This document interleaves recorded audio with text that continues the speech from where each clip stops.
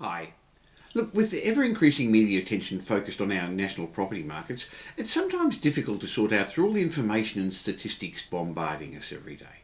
Look, whether it be on TV, in the papers, and the radio, it seems like everyone wants to tell us lately how poorly our property markets are faring. But what's the real story?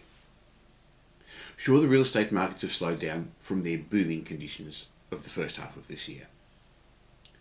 And although the doomsday speculators would like us to believe that this is the end of the world as we know it, the truth is there's always peaks and troughs in our property markets. That's just the way markets work. So let's try and make some sense of what's happening in the market. The primary scare tactic over the past couple of weeks has been in regard to the so-called flagging auction clearance rates. Now, Melbourne, particularly with its status of the auction capital of Australia, has come under fire from the press.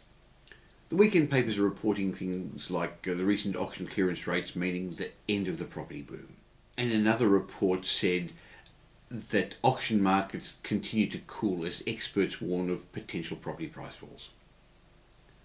But just how close to reality are these predictions? I guess media outlets like to focus on clearance rates as a barometer of how the property market is faring and how confident buyers and sellers are. And yes, auction clearance rates have been dropping off lately, but they've been dropping from those record highs that some cities were experiencing earlier this year.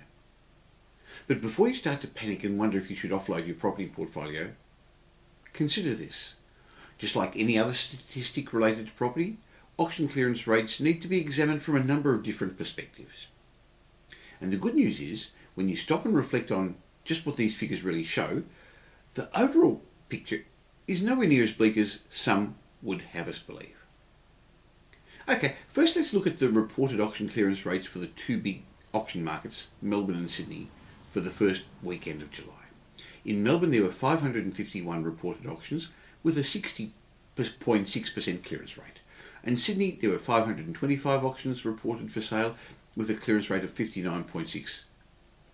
Okay, so in Melbourne, real estate agents really enjoyed an unprecedented time when they could sell almost anything for the better part of this year. But the reality is that auction clearance rates of 70 to 80% plus, such as we were seeing at the beginning of this year, they're unsustainable. And they only occurred because there was a short, sharp burst of buyer activity due to pent-up demand from both owner-occupiers and investors, and there was a lot of hype at the beginning of the year. In fact, during much of the last decade, and I remember well back into the heady property markets of 1997, way up to 2003, auction clearance rates in Melbourne consistently sat in the mid-60 percentile range. Further illustrating that what happened earlier this year was completely out of the ordinary. The clearance rates don't really indicate an unhealthy property market that's in critical decline. When you look at the overall picture, rather than taking those figures at face value, the inner suburban markets in Melbourne are still quite vigorous. Now, the outer suburban markets are having some trouble as they are in all areas, but it's all about interpretation. Because you see, this time last year, there were less than 300 properties up for auction in Melbourne, with a clearance rate of around 70%. This year there was over 550 properties offered for auction, which means that many more properties were sold this year than at the same time last year. In other words, the market's still healthy, and in actual fact, it would seem there are many more buyers and sellers out there now than there were a year ago. That being said, look, there's no denying that the clearance rates do indicate a change in market sentiment all around Australia. But there's certainly nothing to panic about. It's true that things have slowed down, but they've slowed down from that breakneck speed that the market reached earlier this year. So what does this changing market sentiment mean to us as property investors? Well, I think we can safely deduce the following. With all the mixed messages in the media and the economic and political uncertainty, potential buyers are being more cautious. They're being more selective.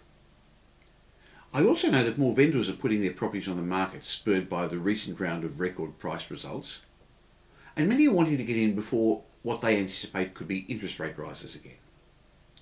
I also know that good properties are still selling, but I also know buyers are being much more selective. Now, the fantastic news for investors is that any slowdown in the market will create opportunities for buyers who take a long-term perspective. How does this work, you may ask? Well, life still rolls on. People are still getting married, people are getting divorced, people are still having babies. In fact, over 200,000 immigrants are relocating to Australia this year alone. And the bottom line is that bricks and mortar is an essential commodity. Everyone needs a roof over their heads. And if they don't buy a home, they'll rent one. Thus, over time, property prices and rents are going to keep going up. Now, there's lots of messages, mixed messages in the market at the moment, and I'm going to explain a few more in a moment. So, if you're not certain what's happening, and more importantly, if you want to understand what's happening, and if you want to take advantages of the opportunities these lulls in the market are going to offer, may I suggest you join us at our Understand What's Really Happening in Our Property Markets seminars that I'm conducting around Australia with property finance strategist Rolf Schaefer and property tax experts Ed Chan and Ken Race. Click on the link below and it'll explain a lot more about it to you. Reserve your seats now because I look forward to seeing you. Because I'm actually not going to do another round of these seminars until well into next year. I've just looked at my timetable. I haven't got more time. Anyway, one of the key factors I want to suggest you watch out for as the year rolls on are going to be interest rates. There's no doubt that if the Reserve Bank hits would-be homeowners with a further interest rate rise or two this year, the market's confidence is going to change again. And there's some uncertainty about what's happening with interest rates. We're going to be discussing this at the upcoming seminar. Well, you've probably also seen some other statistics out there telling us that the property markets are booming. Are they not correct? Well, yes, it is true that median house prices in Australia have gone up over 10% in the last 12 months. According to Residex, the May figures around Australia were over 10%, and obviously some suburbs, some states, some cities did much, much better than that. However, in general, while the median prices in our capital cities have grown strongly and seem to have taken the recent interest rate rises in their stride, on closer examination, not all suburbs are faring well. In fact, a recent report from Residex shows that many suburbs are experiencing falling property prices over the last quarter. Again, this means you really can't believe all the hype in the media, and you have to interpret the figures more carefully. So what can you believe? Well, you can bank on the fact that in the long term, well-located properties in capital cities have doubled every 7 to 10 years. And sophisticated property investors know this. And they buy properties that outperform these market averages by purchasing properties with an element of scarcity. They also love these periods of uncertainty, like we're experiencing right now, because sophisticated investors exploit the lulls in the market and buy the type of property that they would have had to fight harder for with all the emotional buyers a couple of months ago. So if you really want to understand where the property markets are going and how to take advantage of the opportunities they're going to bring, and I guess more importantly, how to avoid some of the pitfalls, like buying in those suburbs where prices are falling. And in some capital cities, prices are falling in more than 20% of the suburbs. And you know what? They're not only the cheap suburbs. Please join me at our only round of public seminars I'm going to be conducting until well into next year.